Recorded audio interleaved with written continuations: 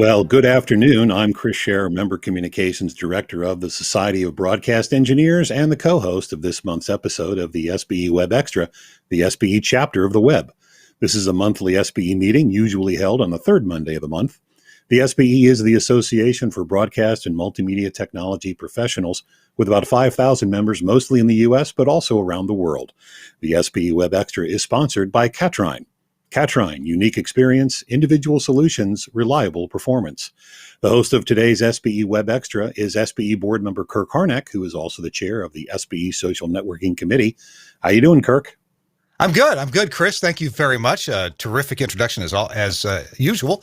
And you'll be back in just a minute with the SBE member update on our WEBxtra program. Chris, today we've got a guest. You and I have both met him and really excited to talk to him for the next few minutes about this issue that is affecting almost all broadcasters, almost all terrestrial broadcasters and cable companies and lots of people. And that guest is John Jocelyn. John is the Director of Sales and Marketing over at Dawnco. John, welcome into the SBE WEBxtra. Hey, thanks for inviting me. I'm looking forward to talking to you guys. I'm looking forward to what you have to say, because what you have to say is critical for people who have a satellite dish, a C-band satellite dish specifically. So we're going to get into that. You're going to have information on the calendar, when things are happening, two different phases of this C-band repack. And, for years now, we've been using the word repack having to do with television stations and television transmit frequencies. And there's been a lot of work done, millions and millions, and maybe even $1 billion worth of work done to repack television stations. We're going to have to repack the C-band satellites. That's all coming up, including, we'll make it clear what you as an engineer need to know and probably need to do in the coming weeks and months. And so you've kind of got a short timeline here. So that's why we're having John from Dawnco on. So that's what's coming up in just a minute. Right now, Chris Shearer, though, has an SBE member update for us. Chris? That's right, I do, Kirk. And this is your member update for June 21st, 2021. This year, the SBE launched a new series and webinars by SBE, the 2021 IP Networking Series. The first 4 parts are available on, the first 5 parts are available on demand. Part 6, Cybersecurity Practical Implementation, airs live on June 24th. Wayne Pacina leads these webinars. Looking ahead to July and August, Part 7 of that same series will be presented on July 22nd. That'll be Part 8, IP Network Troubleshooting. Part 8 will be on August 19. I'm getting all confused here. You've got me all at Twitter. On July 29th, Webinars by SBE presents Drones for Tower Inspections. Paul Schulens discusses using small unmanned aircraft systems to detect potential problems. For information on these and all the webinars by SBE, go to sbe.org/webinars. The next SBE certification exam window at local chapters is August 6 to 16. That application deadline is passed. The next local chapter exam window after that is in November. Applications need to be are due to the national office by September 10. Also remember, if a local chapter exam is not convenient for you or not possible because of an in-person restriction or something else, private proctoring is available. The new SBE Specialist Certification, ATSC3, is available. If you're working with an ATSC 3.0, the additional ATSC3 Specialist letters can be added to your professional title. More information on SBE certification is online at sbe.org/certification. The annual SBE membership drive ran March 1st through May 31st. There are 40 SBE members who created at least one new member during the drive. The recruiters are all entered into a prize drawing, which will be completed with the SBE Executive Committee meeting being held virtually later this afternoon. Watch for the news of the grand prize winner, who will receive a trip to the SBE National Meeting in October. It's currently being planned to be held during the 2021 NAB show in Las Vegas. And if you haven't renewed your own membership yet, time is running out. Renew today or risk losing your member benefits. You can renew online at sbe.org/renew or follow the link button on the homepage. Finally, chapters meeting virtually should still report those meetings to the national office, just as you would an in-person meeting. These meetings count toward the minimum 5 meetings held during a calendar year necessary to qualify for an annual chapter rebate. And if you hold your meetings via Zoom, there's a way for the meeting host to export all the attendee information, which simplifies the chapter secretary's task. Chapter leaders, there's a link to the instructions on the SBE website, as always, under chapter administration. Go to sbe.org/chapter-admin. And I'm hearing from chapters that many are beginning to meet in person again, and that vaccination rates are increasing. So chapters, be sure to share your chapter meeting photos on the SBE chapter Facebook group. And that's your SBE member update for June 21st, 2021. Kirk? Perfect, Chris. Thank you very much. And Chris, you and I are both excited to hear about this satellite thing. Let's bring in John Jocelyn. John, you're with Donco, and I don't know a lot about Donco. Seems like I get a lot of advertising from you guys, very good looking color advertising. And I've actually bought a couple of your products. So tell us first a little bit about Donco and why you're an expert in satellite dishes and antennas and reception. Well, we've been around a long time, 32 years. That's a long time. And there's been a lot of interaction with customers and vendors. So that's the biggest reason for knowing a lot about this industry and the products that are used. And then with regard to this satellite repack or the migration, we got involved with some lobbyists that were dealing with the FCC about 2 years ago. We knew it was going to affect our industry, this interference coming from the 5G cellular transmitters. And so we learned a lot recently in the last 2 years specifically about the satellite repack and what the FCC is doing, what filters are needed, what kinds of interference are going to be coming, who it's affecting, and then the reimbursement options from the FCC's clearinghouse. So we learn. So still learning. These are all topics we're going to be covering. We're going to cover the technical part of this so that engineers, who are our audience, can make sure they understand, have fixed in their mind exactly what's going on. I think we've all heard, okay, there's something going on with C-band satellites, and we're going to have to change frequencies. Our providers will be changing frequencies. Things are getting squeezed into smaller bandwidth. And the whole reason is because the cellular industry was able to get hold of some spectrum that traditionally has been part of the C-band, and we'll get specific on that in just a minute. John, I'd like for our producer, Suncast, to go ahead and show us that graphic 02 that shows us the current C-band layout, and then we can see how it changes and then figure out what we have to do about it. Tell me what we're looking at right here, John.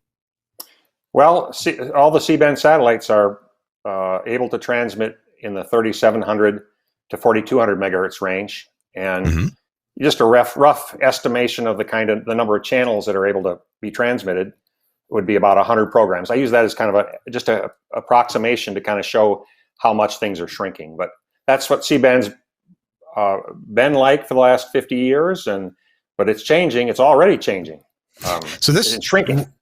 We've had about 500 megahertz. I mean, that's a lot, but it's way up there in the gigahertz area. So we've had 500 megahertz of spectrum to deal with in the C-band. Now, Suncast, go ahead and show us the next slide, 03, and we'll see how it's changing. This is John. What does it mean by phase one? Because there's more than one phase coming along. What's this? Well, yeah, phase one, meaning the FCC and as they were making their plans for how they'd make this transition. Basically, just C-band will shrink from 500 megahertz of bandwidth on each C-band satellite down to 200 megahertz. But they're not just jumping to that right away. December this year, 2021, all the C-band satellites will have vacated 100 megahertz at the bottom end. So they'll be transmitting 3820 to 4200 megahertz after December this year. That's what's going on up at in the satellites. So obviously they've cleared away 100 megahertz down at the bottom end. And in the big cities, those cell guys, they want to get going. They want to get moving and transmitting in that frequency band. So they're going to, in the big cities, start turning on their 5G transmitters after December of 2021. Suncast, we'll save the third graphic for a bit later on. Let's look at John here. So, John, we're losing some of the bottom end of this to new 5G cellular area, but you mentioned a phrase there. You said this is in big cities. So, I own some radio stations in small rural markets. Does this mean that at the moment I'm unaffected by this lower part of the C-band and 5G signals coming online there? Well, you won't be affected by the interference from the 5G cellular transmitters. If you're not in one of these big city counties, the FCC refers to it as the top 46 PEA, but just think of it as 500,000 population cities and bigger, and the counties around them. That cell phone transmitters in those big cities, they can start transmitting in that lower 100 megahertz after December of this year, 2021. Okay. If you're out in the country, not in one of those specific counties, then those 5G cellular transmitters, they won't be affecting you because they won't be near a county, unless you're in there's always exceptions to the rule. If you're in a county that's not a phase 1 county, but you're within 10, 20 miles of a phase 1 county, a little further away from the big city, you could have some interference, starting in December. There's also things we can talk about what's going on up in the satellites, the interference up in the sky, I like to call it. Suncast, if you don't mind, put that graphic back on, the one we just saw there, the 03 graphic, because something else that's shown here that a lot of engineers are familiar with and have been for years is on the right-hand end of things, the altimeter radar band. And I know that I never had to, but I've certainly spoken with engineers who were near a seaport, especially a military base, where they were getting interference on their audio services, and they had to install a filter on their C-band receive dish. That's been going on for years, hasn't it, John? Yeah, it's any radio station, TV station, cable company that's near a airport. They've probably had an effect. They've probably already put traditional what we call TI filters on. Filter, okay. Filters. There's different names. TI as in terrestrial interference, or radar filters, or WiMAX filters, because but it's only a small percent. It's like maybe 10% of the broadcasters or cable that have dishes have been affected by this over the years. Although in 2001, after the terrorist attacks, there was a big uptick for about a year or two, when all that military surveillance was going on, and they were, if you think back 20 years, there was a lot of stuff going on. Now, from where we sit, we hear about all this. We hear all these calls. It was very interesting. You could see what was happening. Like then you see in the news that the president was flying somewhere. Well, all of a sudden we get calls from radio stations and cable companies in those areas. So, but it's been going on, but maybe only affecting 10% of the users of C-band dishes. So it's worthwhile to point out, and many engineers already totally get this, but I'll point out for those who may not know, that, of course, the signal we're picking up from space, from the C-band satellites in space, it's got a long way to go, right? It's 276 or whatever thousand miles out there. The signal's a little bit weak. The signal's a little small at that point. And that's why we have a big dish collecting what we can from the signal, not only focusing on that satellite of interest, because there's a satellite just to the left and just to the right on similar frequencies. So we're focused on that satellite, but we're also collecting as much of the energy as we can in a reasonable space, focusing that energy, bouncing it into a little antenna in the feed horn, in the LNA or LNB of our satellite dish. And that's fine. But if we get a terrestrial signal, a signal from nearby, a mile or two away, 10 miles away, 2 or 3 blocks away, if we get a new interfering signal that is not on the same frequency, but nearby, that can really swamp out that low noise amplifier, the low noise block amplifier at the focal point of the satellite dish. And that's why this filter is necessary. We not only, the dish itself still has the same aiming characteristics, but if there's something strong, and it's going to be stronger because it's, a block or two or a mile away, not 200 and some thousand miles up in space. So these signals can swamp the little amplifier there at the focal point of the satellite dish, and that's why the new 5G is not on the same frequency as our satellite signals. At least not after we move all the satellite signals. We're losing we're losing an area. But even just to coexist, we still have to filter out the super strong signal from just down the road, so we can still pick up the super weak signal from the satellite itself. It'll overload the front end amplifier of the LNB. Think about this: everybody's dish, everybody's LNB right now, they're designed to receive and take in 3,700 to 4,200 megahertz signals, and after December, these 5G transmitters will be right there. They'll be right within what the dish is designed to receive, what the LNBs are designed to receive. It's coming right in, and right in at the lower.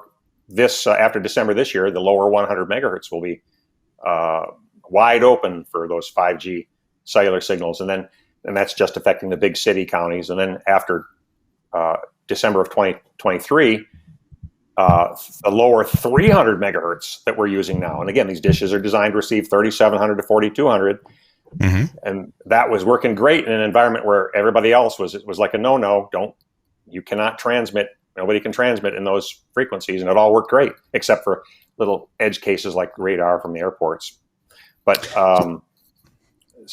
so the filters block out these and only pass the desired frequencies, the new allowed frequencies. And phase 1 would be 3820 to 4200.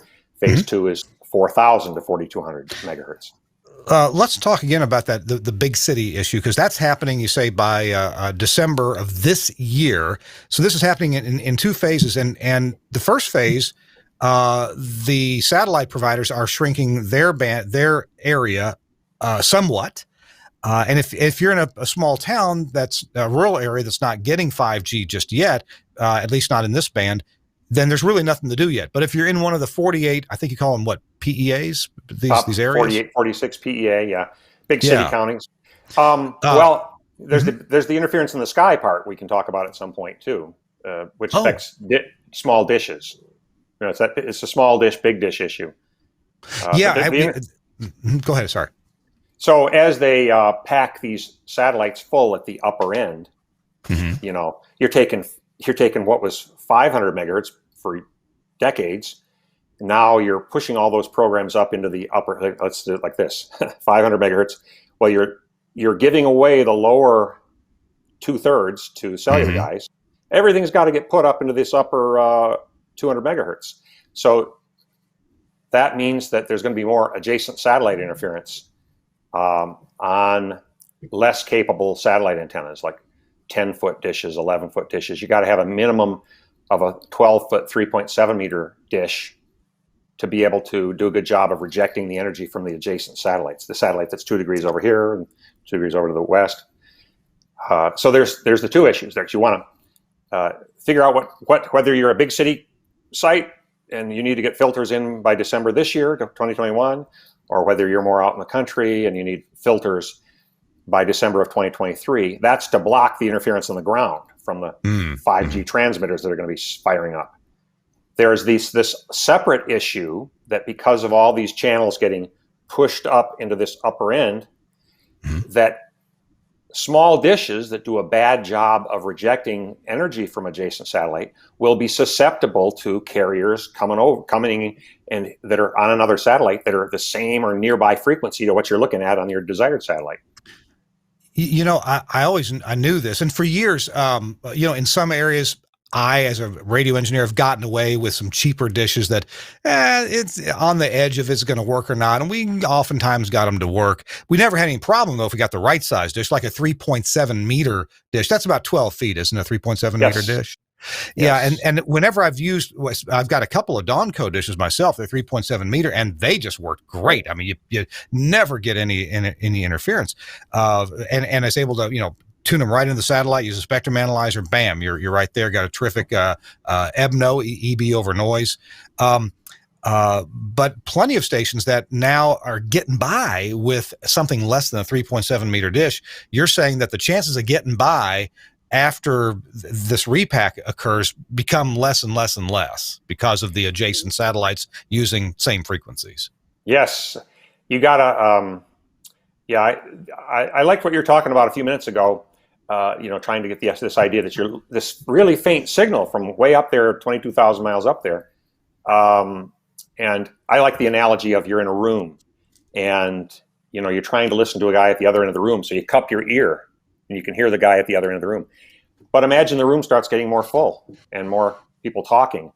Yeah, you better get a bigger cup, or maybe have yeah. And the guy you're trying to listen to is whispering on top of it. Yes, that's what's happening there. In the analogy, to carry the analogy, it's more like these signals. It's more like they're whispering less.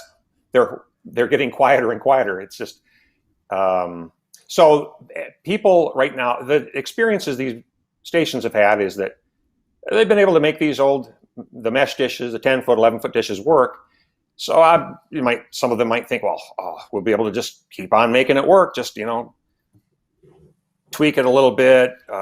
Just do a couple little tricks to make it aimed better. But I don't think this one's going to work that way. Everything is conspiring against you.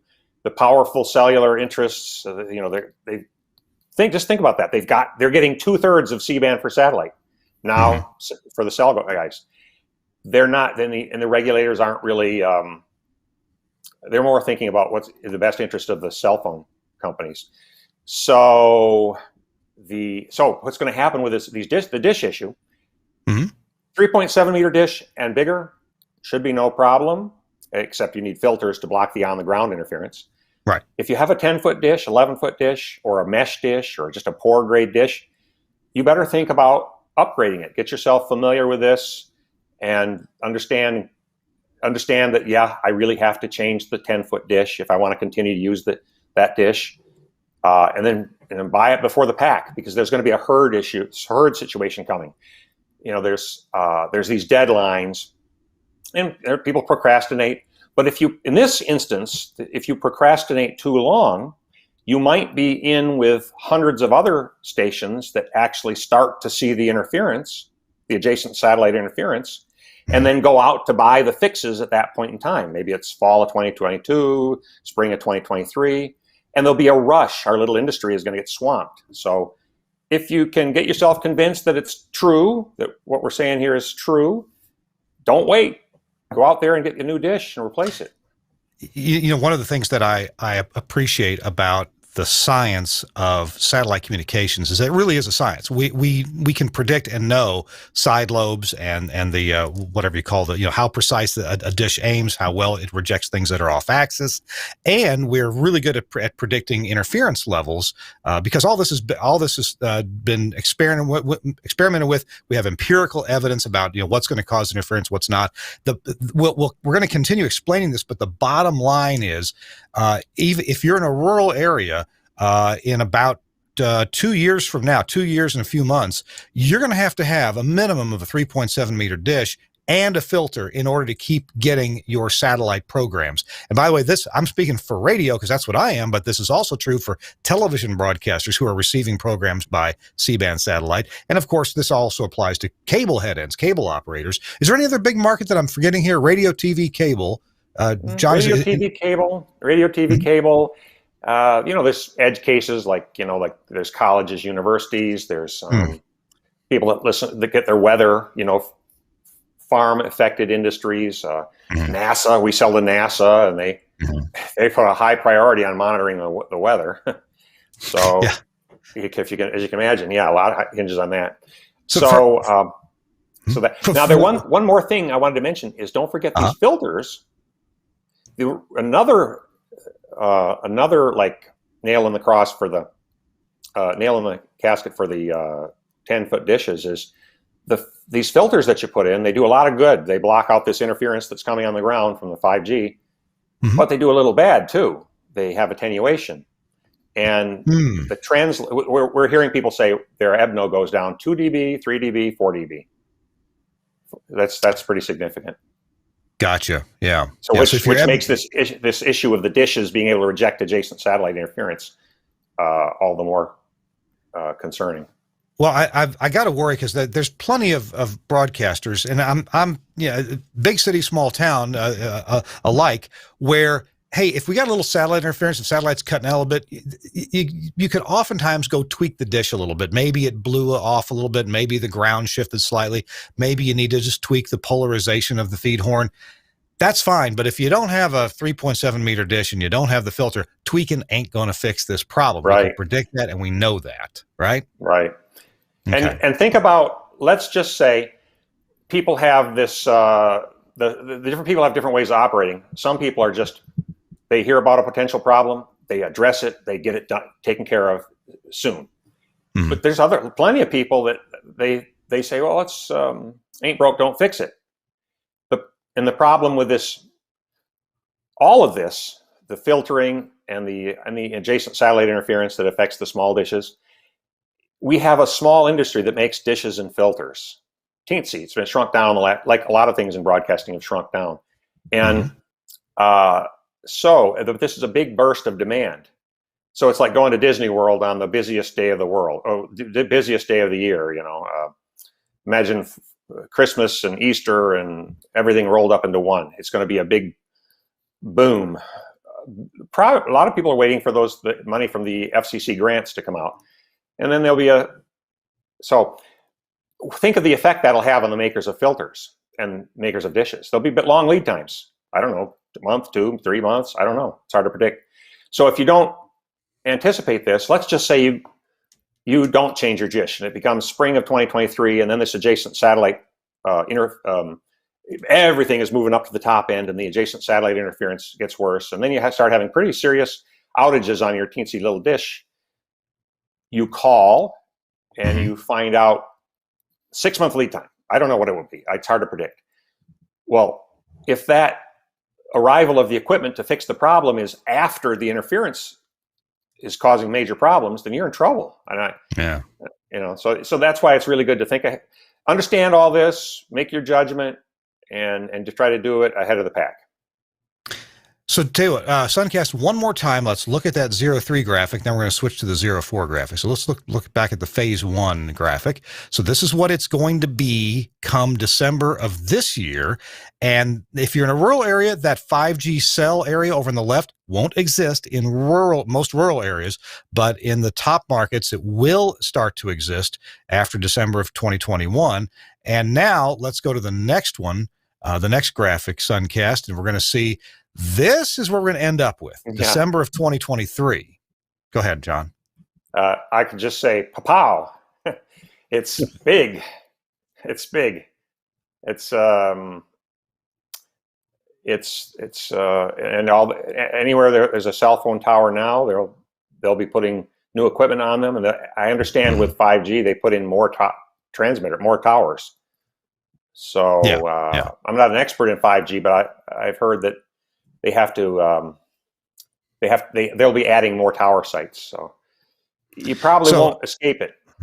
So this graphic applies to the entire all of the U.S. So it doesn't matter if you're in a big market or a small market. It doesn't matter. Come December 2023, your satellite dish will, without a filter, that little LNA or LNB on the front of your dish is going to start getting interference from all that 5G cellular in the C-band because it belongs to them now, or them. Yeah. It will belong to them. It's no longer barn doors open wide. Yeah, and you gotta narrow down the barn door. You gotta narrow the opening. But you gotta put this bandpass filter in front of the LNB so that it's got to be a cavity tuned filter, super high attenuation on out of band signals. Like cavity tuned filter is going to give you 60 dB rejection minimum outside of the desired C-band that you're receiving. And so like after December of 2023, you're going to get a phase 2 filter, which will pass only 4,000 to 4,200 megahertz. That is the future C-band. Only 4,000 to 4,200 megahertz. The phase 2 filter will pass 4,000 to 4,200 megahertz and reject everything else up to 60 dB and more rejection of those nasty cellular carriers. So it's doing its job well. Let's take a look at the next graphic. Gives another representation of our timeline to be thinking about here. Sorry, let me move this out of the way.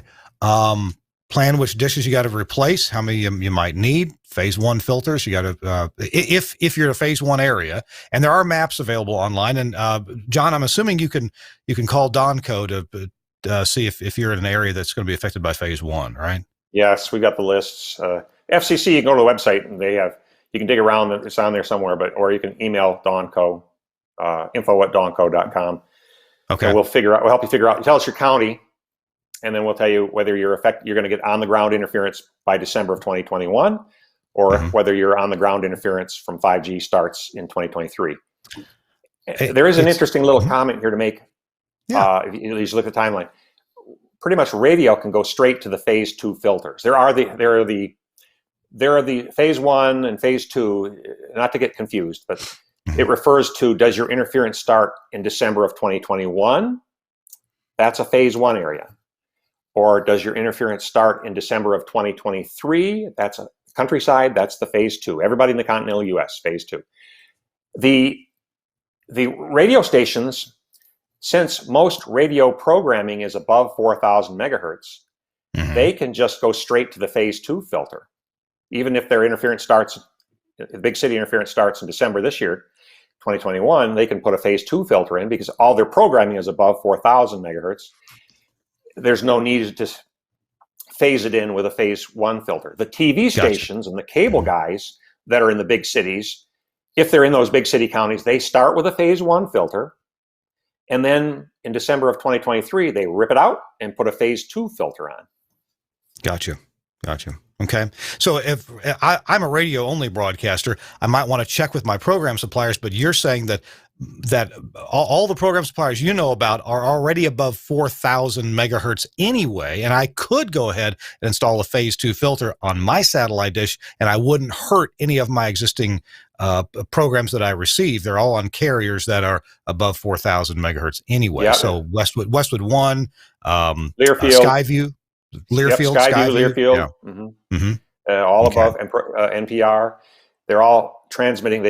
If you're receiving those programs, you've probably noticed some things have changed with your receivers, and that was moving them, retuning them to tune to frequencies that are higher up. They jumped on it, and that's going to be happening in the programming that TV stations use and the programming that cable companies use, over the course of the next 2.5 years. But radio's got to jump on it.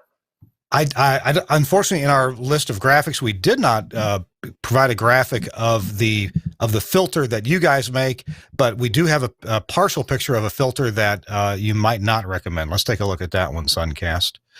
And you said to be wary of this kind of filter, John. Why? Well, you see the little zigzaggy S pattern, and like some people look at that, it doesn't look. It doesn't make any sense.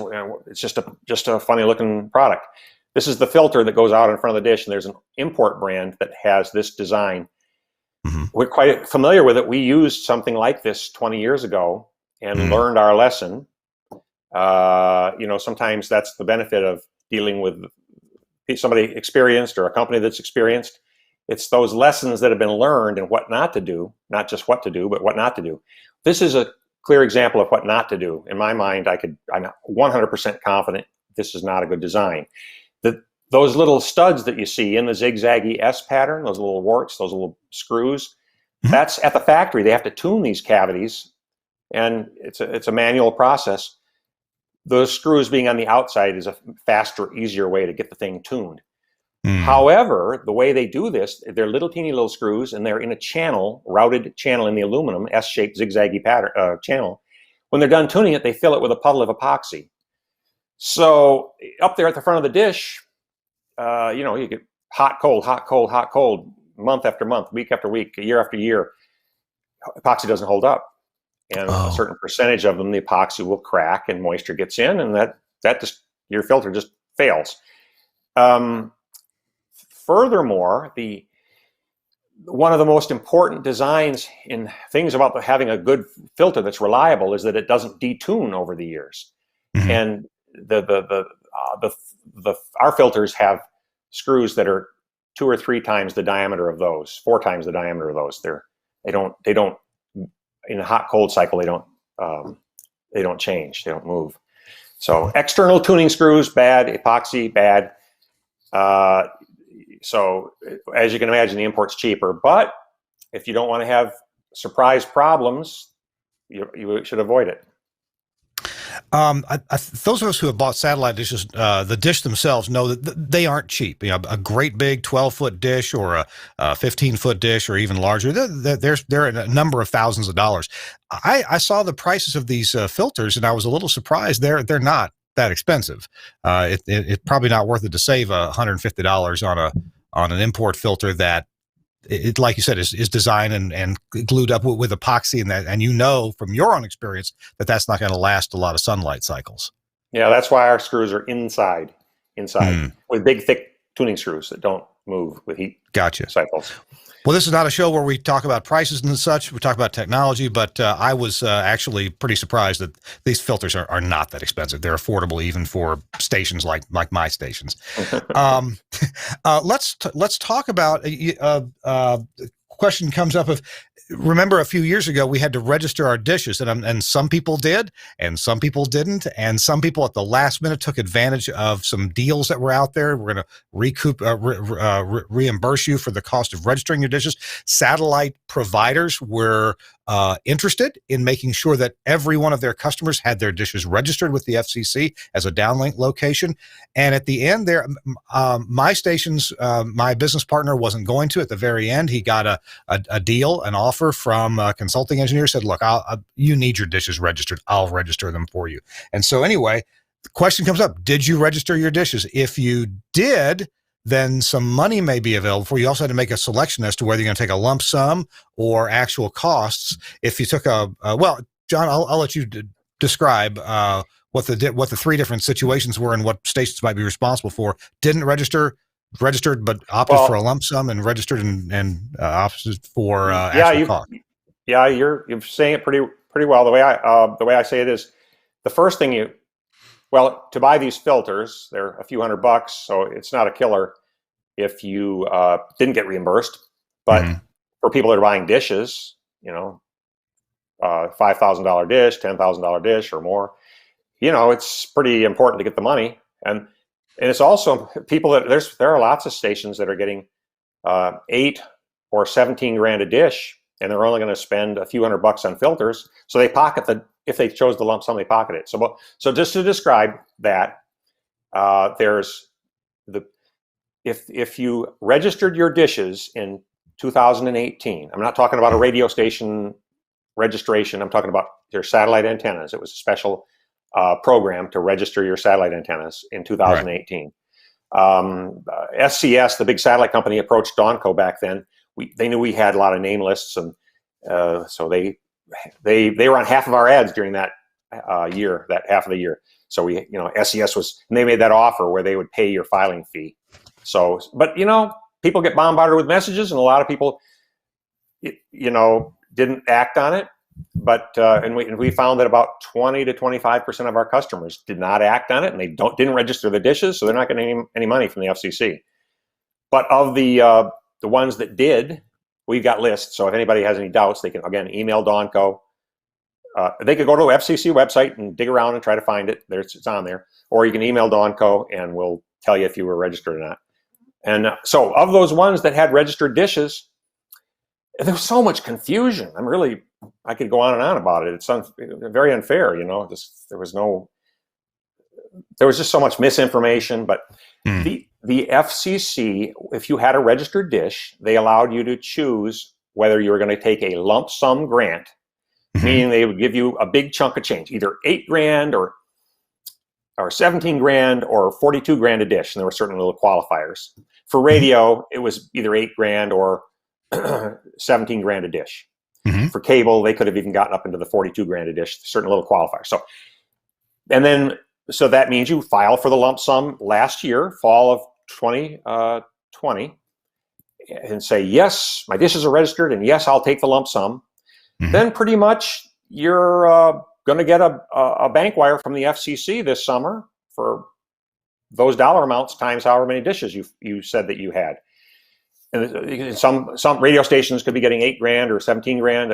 TV stations could be getting 70 grand, 150 grand, 200 grand. It depends on how many dishes. Big chunks of money. Right. If you didn't choose the lump sum, you will get compensated, but it'll be based on reimbursement for your costs. And you need to document your costs. And the FCC tapped this clearinghouse accounting firm in DC, big accounting firm, to handle this, all these invoices that are going to get submitted and all the payments to them. They call it the clearinghouse. There's a website. Again, email Donco. We'll give you links to all these things. Well, you've got to go over there, get registered, get a reimbursement account set up, so that you can, again, this is for people that did register their dishes in 2018, did not choose their lump sum grant last fall, 2020. So you got dishes that you registered, but you didn't choose lump sum. You got to go over to this clearinghouse website, get your reimbursement account set up, and then if you follow their rules, you buy filters, you can submit the invoice, get it reimbursed. Buy new dishes, submit the invoice, get it reimbursed. Bunch of laborers to help you. Again, if you're following their guidelines in their handbook, your own personal time, if it's can be documented that you put this time in related to the work you're doing to make your site ready because you had to do these things to prepare your site to block the 5G interference. It's all reimbursable. Now, for most broadcasters or cable, the lump sum for 95% of them made a lot of sense. We've seen it. We've seen the tallies that you get 100 grand. It's only going to cost them, or like radio, you're going to get 8 grand. You spend hypothetically $500 on a filter. Put the rest in your pocket. That's the lump sum people. Right. Or the TV station and cable, bigger numbers. You get 150 grand. You only spend 75. So the lump sum made a lot of sense. But a lot of people didn't know, so a lot of people have to go for this reimbursement option. They got to do a lot of paperwork, but they can get reimbursed. Well, and as we said before, the website that you go to apply for your reimbursement, it's called Coupa, C-O-U-P-A, and I would imagine Coupa is a government contractor that handles disbursements? Nope. How's it work? Tell me. Well, everything is less simple. I've noticed that, like with the FCC, they talk about top 46 PEA. Mm-hmm. We say big city counties because you can understand what it is just by saying real words. There's more of that when you're dealing with this FCC and the clearinghouse. A lot of things that are hard to understand, and you got to really be patient. So they've chosen a big accounting firm to handle the claims and distribute the funds, and they call this task the clearinghouse. And it's their website is C-band S. Email Donco, and we'll email you the links. But it's like C-band, I forgot. It's acronyms. Washington's famous for acronyms. C-band S. I could look it up if you want me to. Well, yeah, it'd be great. But go ahead and yeah. Let me look it up here. Hang on a minute. Okay. It's C-band. PRC.com. C-band, RPC.com. Gotcha. Let me make sure. That goes somewhere. Yeah, C-band, RPC.com. Relocation Payment Clearinghouse. There you go. Yes. Yeah. And before you even get into the site, you got to. There's a whole long list of things you have to accept and agree to. Okay, then you get into the site. It's not for the faint of heart. If you have any preconceived notions about Washington bureaucracy, it'll be amplified by going through this. Sure will. Okay. Anyway, the point is, Donco, you guys do have information available on where links and helpful things to where broadcasters can go to at least fill out the forms to get their money, right? Yeah, and if all those words that you just heard me saying are a bit confusing, we've tried to put it on paper to so you can reread it a few times and figure it out. So what's this Coupa website that I've read about? Well, within this clearinghouse website, again, the clearinghouse is the accounting firm that the FCC tapped to handle reimbursement claims and sending them money Yeah. out. So they have several pages, and on their resources page, they have a section called Coupa. God knows what Okay. the Coupa stands for, but it stands for something. Yeah. And it's the process of setting up your reimbursement account. And this Okay. applies to this, by the way, is something you must do right away if you want to speed up your ability to get reimbursed. Whether or not you're getting the lump sum reimbursement or whether you're taking the itemized reimbursement. You need to go over there and you tell them some info, a lot of info, but one of the things is your bank account so that they can wire the funds to you. It's a you're setting up a reimbursement account so you get the money from the clearinghouse. Does not, unfortunately, apply to the 20 to 25% of people, sites that didn't register the dishes in 2018. Right. But it does apply to the registered dish sites that chose the lump sum or that didn't choose the lump sum. But if you have the registered dish, you got to get over there and set up your reimbursement account. We will provide links to these things in our show notes for this on YouTube, so watch for that in a couple of days. And also, Donco has helpful forms like this that give you links to these websites that you need to go. And one thing is, you need to go set up your FCC account now through the RPC clearinghouse, Right. and that'll link you over to Coupa to get that set up for the actual funds can land in your bank account. There is one more clarification about this. Is so like I was saying, there's a lot of miscommunication, a lot of confusion about this whole process. So the big satellite companies, the ones that own the satellites in the sky, SES and Intelsat, they were offering to provide free filters. And so if you heard that messaging from them last year, you might have thought, "Oh, that's easy. I'll just let them give me free filters, or perhaps let them take care of it." In other words, so what that is really doing is those big companies chose contractors to crisscross the country to install filters for the percentage of people that did that. Well, I'm not 100% sure, but I think that's almost like they then got the right to get reimbursements for whatever is needed at your site instead of you getting the reimbursement. Okay. So I think that my experiences, I don't know about your experiences, my experiences are like I would never, if I had a contractor working on my house, I would never say, "Oh, you figure it out. You pick out what to put in, and I'll just watch." No, unfortunately, even if you're a busy person, you get better work, you get better, get more what you want if you take on that role, and you figure out how much money you can spend. You figure out whether you can get a gold-plated dish or a silver-plated dish, painted dish. You figure out whether you need a 3.7 dish or a 5-meter dish. You figure that all out. And these people that did that, a good percentage of them are getting that import filter, and that was not in their best interest. That's just a perfect example.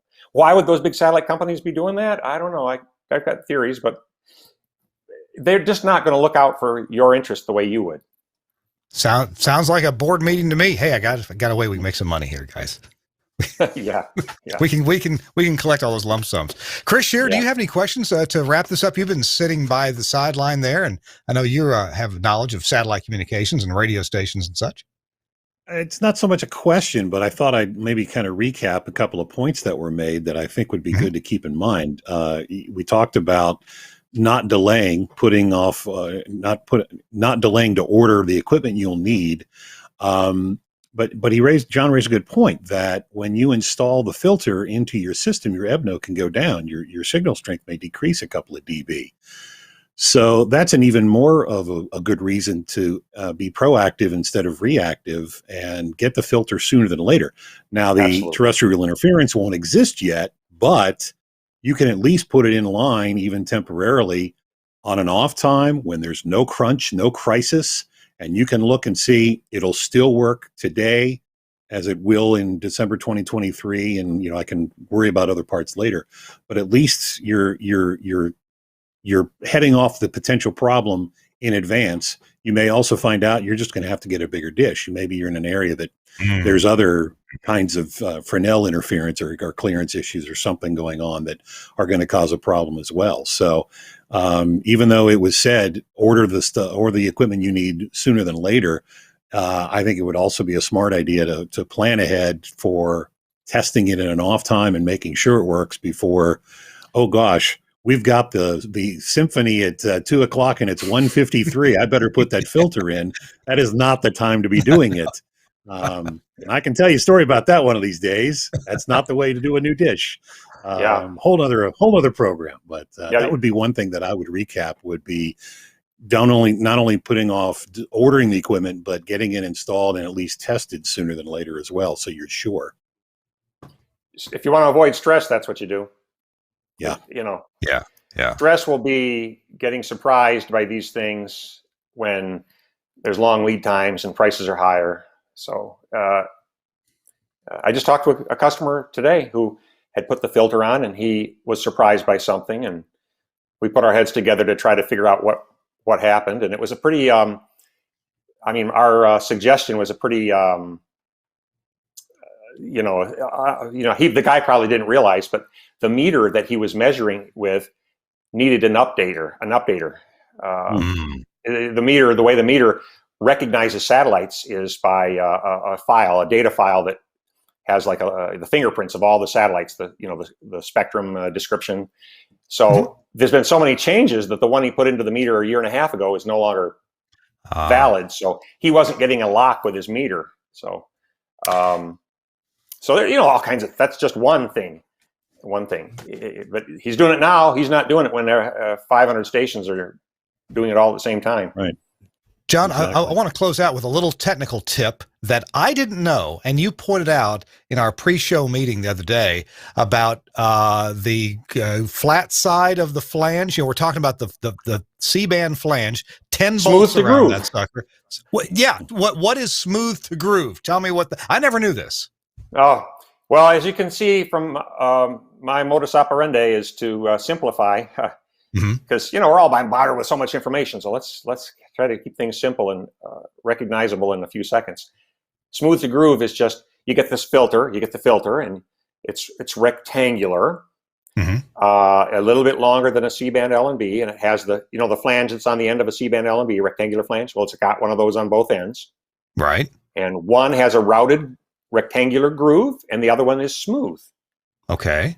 So the smooth to groove, as far as installing the filter is, if your C-band L&B has a routed groove, the smooth side of the filter mates to that to contain the gasket. Okay. And then on the other side of the filter, that has the routed groove on the rectangular flange, that makes up the smooth side of your feed horn flange. And it contains the gasket, if you can imagine smooth to smooth, and then you put a gasket in there. That's not going to hold the gasket, yeah. No, it's horrible. Yeah.